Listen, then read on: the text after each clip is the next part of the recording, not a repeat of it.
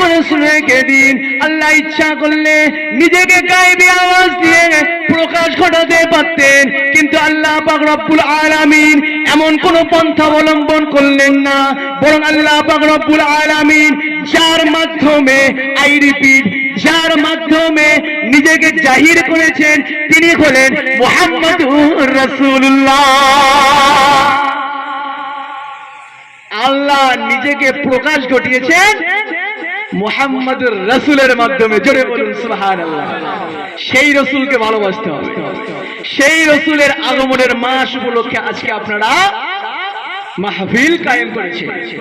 সেই রাসূলের সাফায়াত যারা চায়, আমি সেই সমস্ত যুবকদের বলবো, প্লিজ হাতে ধরে পায়ে ধরে 5টা মিনিট 10টা মিনিট 1টা ঘন্টার জন্য হলেও এই মাহফিলে বসে একটু খাতায় নামটা লিখিয়ে দেন। আল্লাহ চাই